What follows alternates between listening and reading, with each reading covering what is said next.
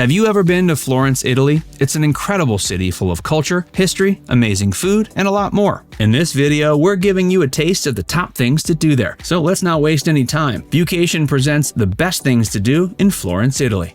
The city center. While there are a ton of incredible attractions within the city, many of which we'll cover in this video, it's also worthwhile to approach Florence's city center as a whole. And that's not just our opinion. UNESCO has made the historic center of Florence a World Heritage Site. So the first thing you might want to do when visiting this incredible city is to simply walk around this historic city center, taking it in. That way you'll immediately get a sense of the vibe, the look, the smells, and the people who live there. The city center is teeming with statues, churches, alleyways, little markets, and so much more. And it's a great opportunity to let yourself get lost as you walk around without a specific goal in mind, or a thing you need to see right then. And when you've walked for long enough that you get a good sense of the city, then start hitting up some of the most popular attractions. If you'd like, you can join a walking tour of the area, which will provide some history and context to all the things you're seeing as you weave in and around the city center.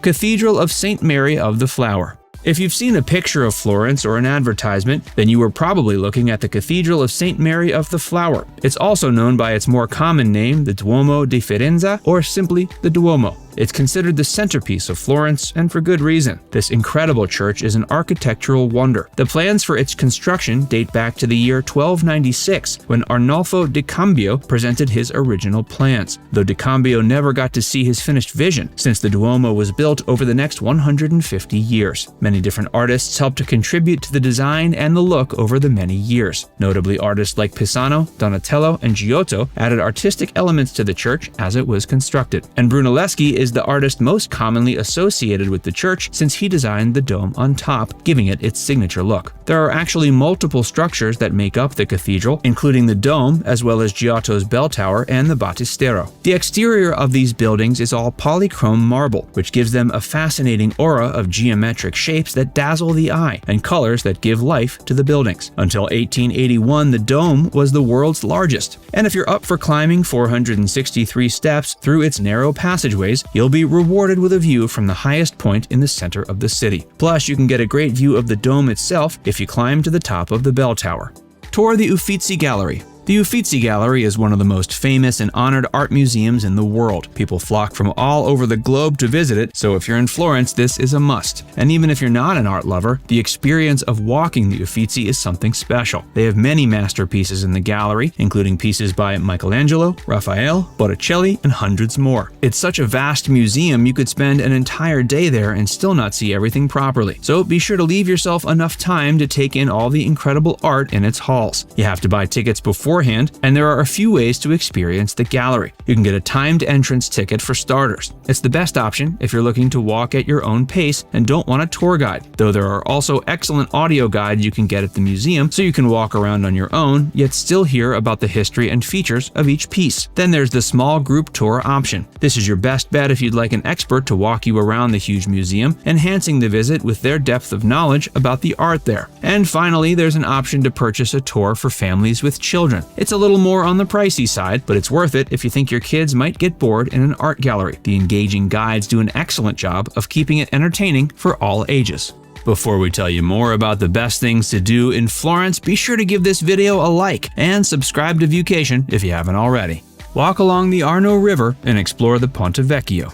Along with the Duomo and the Uffizi, perhaps the most notable Florentine landmark is the Old Bridge, aka Ponte Vecchio. The bridge spans the width of the Arno River, which flows throughout the city. It has a long and expansive history, beginning when it was constructed in the 13th century. It originally had grocers, butchers, and other food merchants along its expanse, before they were all banned from setting up shop there in 1593. This was because Ferdinand II declared it would now only be used by jewelry and gold traders, and amazingly, that tradition has continued since. So as you walk along the Ponte Vecchio, you'll be able to feast your eyes on the many shops offering sparkling metals and jewels, as you also admire the gorgeous Arno River below. There are shops on both sides of the bridge, giving it the feel of an enclosed bridge, but it's an open-air bridge, so you're still walking in the fresh Florentine air. Of note is the fact that the Ponte Vecchio is so impressive that when Hitler's Nazis took Florence, he demanded the bridge be left untouched. You'll also be able to stroll along the banks of the Arno, even when not on the Ponte Vecchio. The river is vast, and walking along it is a great way to spend some time. You can pop into restaurants and shops along the way, or stop for a while to sit on a bench and people watch. You can also go on a paddleboarding tour of the river if you're feeling more adventurous. One company we recommend is Tuscan SUP. They'll take you underneath the Ponte Vecchio and along the Arno. You'll avoid the crowds, have some aquatic fun, and still have incredible photos from the tour to boot.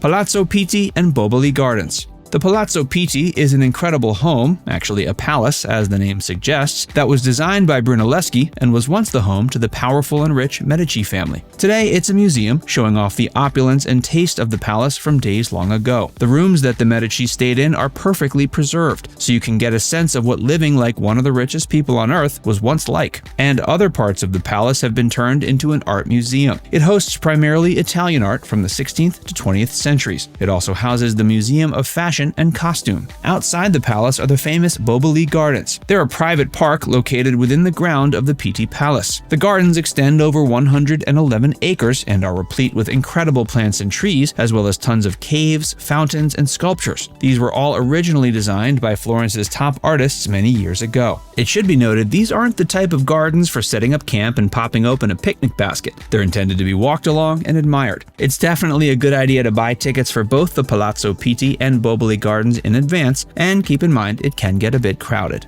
Fiesole Hills. It might seem odd that we're recommending getting slightly outside of Florence as one of the best things to do in the city, but trust us here. The hills just above the city, in a town called Fiesole, offer breathtaking views of the entire city. There are a few ways to get to the top of the Fiesole Hills, and one truly fun way is to rent motorinos, scooters, and ride to the top. But you can also take a public bus, the number 7 bus, from the city up into the hills. Once there, you'll get a staggeringly great view of Florence below, and you'll also see the Tuscan landscape around and beyond the city that's just as gorgeous. And the town of Fiesole has all the authentic Italian and Tuscan charm you could hope for. There's the main piazza, where you can sit and enjoy a meal or coffee, a convent you can tour, a theater, and more. And there are also hiking trails you can wander up. These are most notable because they're the spot where Da Vinci first tested out his mechanical flying machines.